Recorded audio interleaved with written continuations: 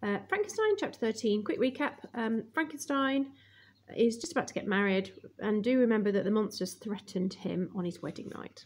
So he's now carrying a knife and a gun everywhere he goes. Chapter 13. After the wedding, a large number of our friends came to a party at our house. When the party had started, Elizabeth and I said goodbye and left for our honeymoon. That's like a trip people go on when they're married. We travelled first by boat and planned to spend the night at a hotel on the other side of the lake. The mountains and the lake were calm and beautiful.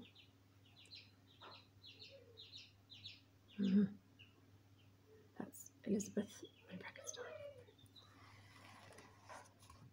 And at last, Elizabeth and I were together. For the first time in months, and for the last time ever, I enjoyed the feeling of happiness.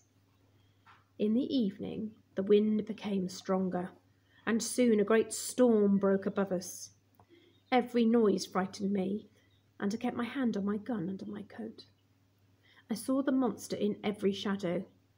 Suddenly, I realised how terrible the fight would be for Elizabeth, and I asked her to go to bed and decided to search for the monster.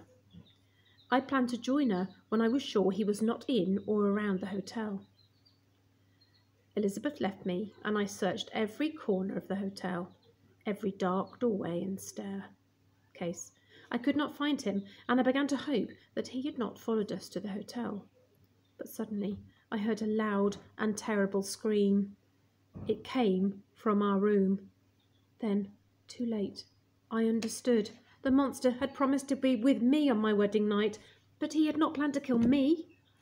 The scream came again, and I ran to our room.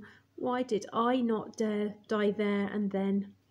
On the bed, Elizabeth lay, still in the cold sleep of death. I took her in my arms and saw the marks of the murderer's fingers on her neck. Other people in the hotel had heard the screams and came into our room. I sent one of them to call the police.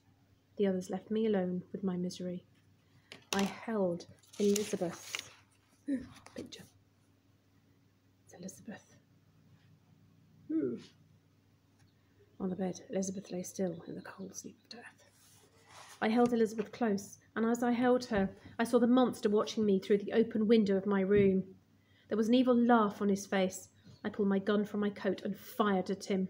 I missed, and he ran from the window and jumped into the lake.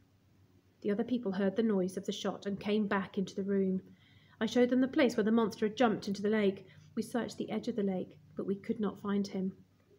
I returned to our room and lay on the bed next to my dear wife. Suddenly, I had another terrible thought. At this very moment, perhaps my father was fighting the monster with Ernest dead at his feet. I left the hotel and returned to Geneva as fast as I could. My father and Ernest were safe, but the awful news of Elizabeth's death killed my father. He had loved Elizabeth dearly. He became so ill, and after a few days he died in my arms. So the evil monster had brought unhappiness and death to a dear old man who had never hurt anybody. I do not know what happened next. I think I left the real world and entered a dangerous world of dreams and madness. Later, I found that they had put me in prison because of my madness. After many months, they let me free, and I had only one wish: to find and kill the monster.